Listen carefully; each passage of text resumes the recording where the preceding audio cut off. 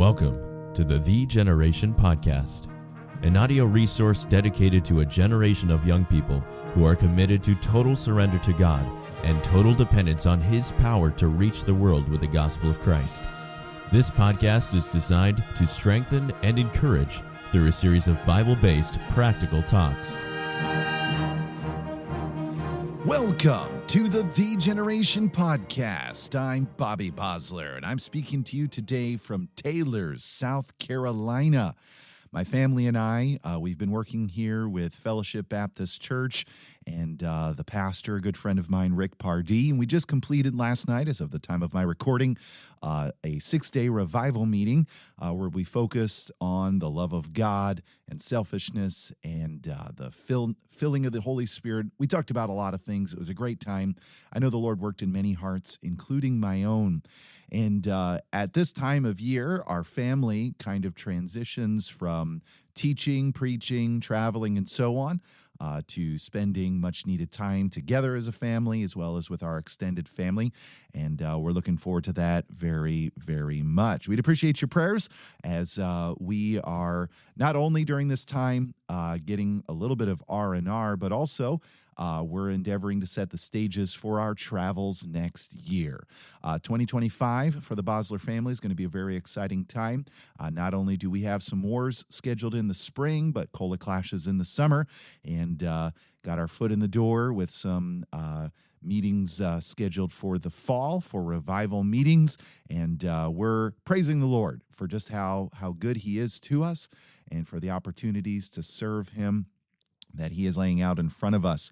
Appreciate your prayers for some repairs that we're getting taken care of on the trailer coming up here soon. And we're just excited. God is good. And, here today, I wanted to direct your attention for a challenge here, something the Lord has been teaching me and something that I trust will be an encouragement to you. On Saturday here this past week, we'd arrived a day early in preparation for the revival meeting. We had driven down from Lisbon, Ohio, where we did a revival meeting in East Ohio there, had a great time. And I'll be honest with you, when we arrived on Friday last week, I was bushed. I was absolutely exhausted. I had a general idea of where we were going to go for the revival meeting, but I still, just to be honest with you, was feeling the pressure of preparation. I wanted to just be able to sit down and take my general skeleton and try to fill in some details and just seek the Lord and make sure that I was understanding what He wanted me to preach on. And so on Saturday morning, a week ago, I was just spending time with the Lord in my devotions and just praying, seeking His face, journaling, and talking to the Lord. And one of the things that I was asking Him was just for clarity for the week. And he led me to this passage, Matthew chapter 15. I want to address something that was, I know the Lord socked me between the eyes with this, and I'll share a little bit about that, and I trust it'll be a blessing to you. Here the scripture says this: Then came to Jesus scribes and Pharisees, which were of Jerusalem, saying, Why do thy disciples transgress the tradition of the elders? For they wash not their hands when they eat bread. So here, what we had some of the religious leaders, specifically it says it's the scribes and the Pharisees. They come to Jesus and say, hey, how come your disciples aren't following our rules? Now, the rules specifically that He stated are the traditions of the elders. So these aren't biblical principles. They aren't biblical commands. This is just kind of accepted practice among religious folks. And apparently, what they were pretty specific about, pretty attuned into, was this matter of cleanliness. In other words, every time they were going to eat, especially when they came from like the marketplace and so on, when they were out in public, before they ate, they always washed their hands. Now, I don't know about you. That's a good idea, right? I know in our family, whenever it's time for a meal, one of the questions we ask the kids is, have you washed your hands? And just to be clear here, we're not saying that it's bad to wash your hands. But these folks were giving a major objection to the fact that they didn't do all of this stuff when it came to the religious washings and so on before they ate. And they had a problem with it. Uh, Again, I think all of us recognize that if you don't wash your hands before you eat, you might be asking to catch a virus or whatever this crazy thing is that's going around the country these days, of everybody getting fevers and then pneumonia afterwards. If you've gotten that, I'm so sorry. My kids have gotten it. I think I'm the only one in the house that has not gotten it thus far. I appreciate your prayers that I don't get it. But that kind of stuff can be avoided if you wash your hands. But we're not talking about good practice. We're not even necessarily talking about cleanliness. Kind of the implied thing here is that these scribes and Pharisees were accusing Jesus' disciples of sin. Again, it's not explicitly stated here in the passage, but it's like they're saying, hey, listen, we all wash our hands, to get this grub off. And if you were really righteous and if your disciples were really holy, they would wash their hands. I don't think any of us would consider washing your hands before dinner to be a matter of right and wrong, unless mom and dad say you're supposed to.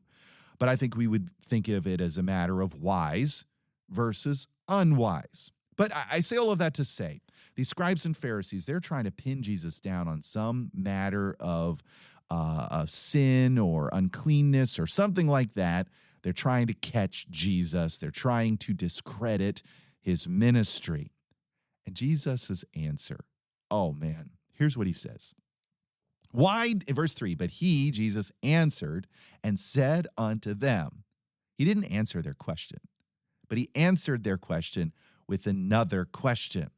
He said, why do ye also transgress the commandment of God by your tradition? Jesus is saying, okay, listen, you're implying that my disciples are sinning because they're not washing their hands before they eat. Well, why do you, through your teachings, actually break the commands of God? Now that's kind of quite a reversal there, isn't it? Here comes the religious people saying, hey, dude, what's wrong with your disciples? They don't wash their hands before they're eating. He's saying, what's wrong with you? You don't obey God. And he answers, and kind of probably you can imagine they would be a little bit insulted by this. They probably didn't like Jesus saying that you are actually disobeying God by your tradition. So Jesus gives an example, one of what could probably be many examples of what he's talking about. Verse 4, he says, here's the commandment. For God commanded, saying, honor thy father and mother. That's one command. And he that curseth father or mother, let him die the death. So here he's giving two Bible commands. This is not just Bible principles. These are Bible commands. Command number 1, you're supposed to honor your father and your mother. Treat them with reverence and respect. Number 2, he says, if you curse or disrespect your father or mother, let him die the death. In other words, the death penalty for those that disrespect their parents. Whole sermons could be preached on this. Young people, you are supposed to honor your parents, but that's not the point of my message, my podcast here today.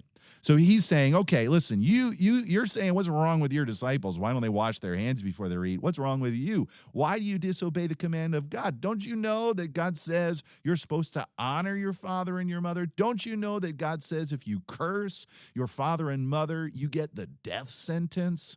But here's what they were saying. Verse 5, but ye say, whosoever shall say to his father or his mother, it is a gift by whatsoever thou mightest be profited by me, and honor not his father or his mother, he shall be free. Now, this is going to require just a little bit of explanation of what's going on here. He's saying, listen, you know the command of God. God expects for you to, under the category of love your neighbor as yourself, specifically, you're supposed to take care of your parents. You're supposed to honor your parents. If you don't, it's the death penalty. But he says here, here's what you do. Here is what your guiding light. Here's what your tradition says. He says, whichever ones of you say to your father or your mother, it's a gift. Now, okay, here's the thing. They had a handy-dandy little thing set up, the religious class here. These religious hypocrites, frankly, are what they are. And here's the thing. At some point in time, You all will discover this. We've not quite hit this point in our lives where your parents need help. And by help, I don't mean help like washing the dishes or taking out the trash or folding laundry. I'm talking about help like this, help as in they're getting old. They're actually needing to be cared for. Maybe they're getting old and maybe they don't have the financial wherewithal to support themselves. And you know what you might need to do one day, young people? You might actually need to take care of your parents. You might actually need to maybe let them move in with you. You might even need to support them financially a little bit. And what it's saying here is, hey, listen, if your parents need your help and you say it's a gift. Now, the word that's used here, I think there's a parallel passage that talks about this. It actually uses the word in the English Bible, Corban. It's Corban. And the idea of this is essentially this. Hey, mom and dad, I know you need help, but you know what? All of my money is Corban. It's a gift. What does that mean? There was a practice that the religious people did, and this was essentially this. They would dedicate their money to the temple, to be delivered to the temple at their time of death. So they would take their money, right, and say, okay, this money, it's a gift to God. It is, and here's the word they would use, it is Corban. So, therefore, this money isn't mine. This money belongs to God. So, but here's the thing. This money could be used by them all the way up until the time of their death. And when they died, that money wasn't left to their kids. It wasn't left to their parents. It was given to the temple. Here's the convenient thing about them. This handy-dandy little setup. When they devoted their money to God, they could say this. Hey, mom and dad, you need help? Hey, really sorry. This money right here, it's devoted to God. I can't give it to you. I can't give you my money. Sorry, mom and dad, can't help you because you know what? All my money is God's. Now, here's the thing. They can use it for what they want to use it for. Before they die, they can use it to take care of themselves. But when it comes to meeting the needs of others, oh, I've got an exemption. Oh, this money isn't mine, it's God's. So go figure out your own solutions, okay? So what Jesus is essentially saying is, you care about whether my disciples are washing their hands before they're eating? You're accusing of them having something wrong? Well, let me tell you what's wrong. God says honor your father and your mother. And here's what you do. In the name of worshiping God, in the name of serving God, in the name of being devoted to God, you are literally creating religious excuses for not obeying God. What we've got here is we've got religious reasons for rebellion, religious rationalizations for actually disobeying God. So they're saying, my money's all wrapped up in God. I can't give a thing to you. So tough. Go deal with it yourself. Let me ask you a question. Do you really think that's how God would have them spend their money? And you might say, oh, well, they're giving all their money to God. No, they're not. You know what? While they're alive, they can do whatever they want with this money. It's only after they're dead and can no longer use their money because, they're dead. That's when it goes to God. They don't care what happens to their money after they die. All they care about is getting the convenient excuse that I can use my money for what I want to use it for while I'm alive. Well, I'll tell you what Jesus has to say about this. He says, it's a gift. Whoever shall say to his father or mother, it's a gift, by whatsoever thou mightest be profited by me, and honorest not his father or his mother, he shall be free. So that's their exemption. Here's what Jesus' estimation of this was. Thus have ye made the commandment of God of none effect by your tradition. Your little religious setup that you've got here is literally trumping God's commands. You are using your religious setup, your religious riggings to rebel against God. Verse 7, he says, ye hypocrites. Well did Esaias prophesy of you, saying, this people draweth nigh unto me with their mouth, and honoreth me with their lips, but their heart is far from me. He's saying, listen, you bunch of hypocrites. You are accusing my disciples of doing wrong for not washing their hands before they eat, while you're literally dishonoring your parents through this handy-dandy little setup that you've got. Hey, Isaiah talked about you. Guess what? You're in the Bible. Here's what Isaiah said about you, bunch of hypocrites. You might talk good.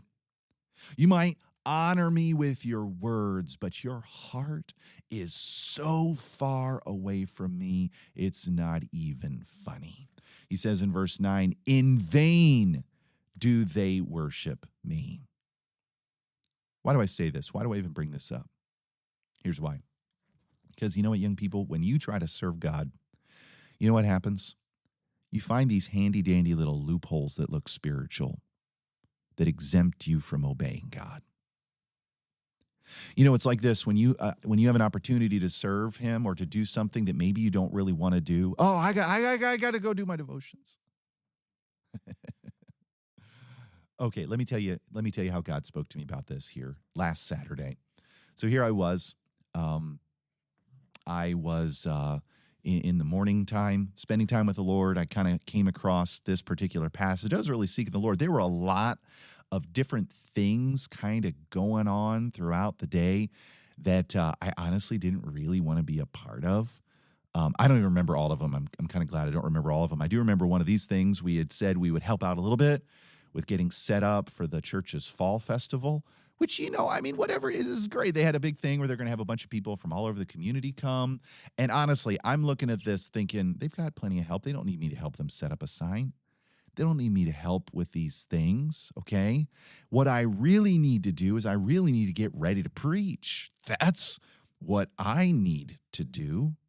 And then furthermore, I don't remember, there was some other thing over lunch and in the afternoon. I think we were going to go out to lunch with somebody I remember what it was. I had a family member in town. We are going to go out to lunch, and I knew it was going to be a couple hours. And part of me is thinking, I could just send Abby and the kids. But man, this might be a really important time to spend with this family member, to show them the love of Christ, to be able to be a blessing to them. And then I was thinking, this fall festival, I could really use this time in the evening to prepare my sermons.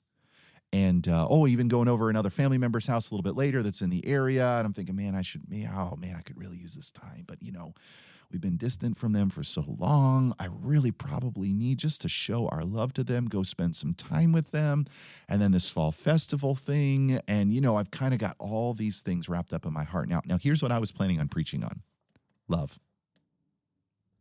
My revival meeting was going to be focused on the missing ingredient in conservative Christianity, which is love. 1 Corinthians 13, you can have it all together, have everything right, look the part, act the part, talk the part. But if you don't have true biblical love, you might feel important, but you're nothing. You're kidding yourself. So here I am. I'm looking at these verses, this passage about how these religious folks are finding religious reasons to not love their neighbor as their self. And I'm thinking, oh, Lord, you got me.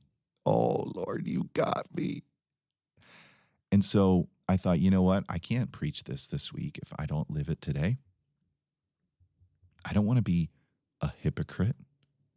I don't want to draw nigh with my mouth and honor God with my lips while my heart is so far from God's command. I don't want to worship God vainly. Oh, man, I was under such conviction. And I took a step of faith, and I told the Lord, I said, Lord, all right, I'm going to give the day to serving others. I'm going to give the day to doing what I know is your actual heart, to love my neighbor as myself. So I'm going to get out there. I'm going to help put up that sign.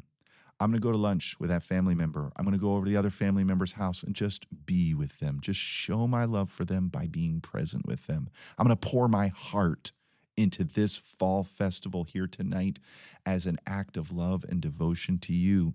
And Lord, I'm going to need you to deliver me in my sermons. Now, don't get me wrong. It's not that I hadn't done any preparation. I had lots of messages and stuff like that. It was just a matter of putting the garnishes on it, making sure I'd thought it through, building things out a little bit.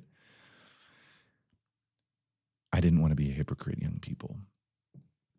You know, there are times when we figure out that folks will let you go do your devotions instead of do the dishes. When you start to figure out that, you know what, if you say, you know what, my life is devoted to the Lord, so I can't help you in this area. When we start to figure this handy-dandy little loophole, we can use it for our own selfish purposes. Oh, hey, dear, I can't help with the kids. I can't help Mom. I can't help take out the trash because you know what? I got to there's this youth night coming up and I got to preach. And you know what? Maybe you really do need to prepare. But here's the thing. You know the difference between finding a handy dandy little loophole that lets you be selfish and when there's an actual priority that requires your attention. You know the difference, and so do I. Listen, young people, don't be a hypocrite. Don't let your surrender, quote unquote, ever be a reason that you don't obey God. I know it sounds twisted and perverted to even imply that that could be a thing. But oh man, do we find ways. Our hearts are so deceptive. They're so wicked, young people, that even in the name of serving God and following Him, we can find ways to avoid the things that we don't want to do. And I'm one of them. And I'm thankful I've made some decisions here recently that have let me do this the proper way. But I'm sure if I really zoomed in on this and really explored this in every nook and cranny of my life, I'd find my own traditions that are causing me to disobey God. Listen, God values obedience more than sacrifice. He values true surrender to Him, not just surrender to the things that lets your life be easier, but surrender to His actual will. He wants you to love Him with all of your heart and love your neighbor as yourself. And I don't care how spiritual you sound. I don't care how spiritual you look. If your heart is not close to Jesus's, if you are not personally, truly in tune with Him, you will take religious reasons and use them to rebel against God's heart. In preparation for one of my messages, I kind of just looked up this general concept a little bit, and I didn't end up using it in one of my messages, but I think I'll use it here. Are you aware that when a baby literally lays on its mama's chest, something happens that's pretty crazy. The baby's breathing begins to synchronize with the mother's breathing. The baby's heartbeat actually begins to synchronize with the mother's heartbeat. Their bodies, because of their nearness, literally begin to get in sync with one another. And I was just thinking about that just this week with the messages and so on, and understanding the love of God beating in our chest. And you know what, young people? If you draw nigh to God, what causes God's heart to beat will cause your heart to beat too. When God looks at your family, He sees needs. He sees people who need genuine love. And when you're close to God, you will be synced with His heartbeat. But when you're out of sync with God, you're going to do your own thing. And you'll find every reason in the book to do your own thing. So what's the solution? Get close to God. Get close to God. Again, here in the passage, Isaiah said their hearts were far from God. They were out of sync with God. Their hearts did not reflect the love for God and the love for their neighbor. And the result was this. They bowled over, they steamrolled their neighbor to get what they wanted in the name of religious devotion. Oh, listen, young people, this matter of total surrender to God, it gets deep. This matter of total dependence on his power to actually cause his heartbeat to be reflected in your own, to cause his very love to beat in your chest. Oh, young people, surrender, not just to honor him with your lips, but to honor him with your life. Thanks for listening. Thanks for joining us for this episode of the Generation Podcast. If you're serious about living a life of total surrender and total dependence, please consider signing the Generation Pledge. It's not a promise of perfection, but a declaration of direction. To join hundreds of others who have signed the commitment, please visit thegeneration.org/pledge. That's THEE generation.org/pledge.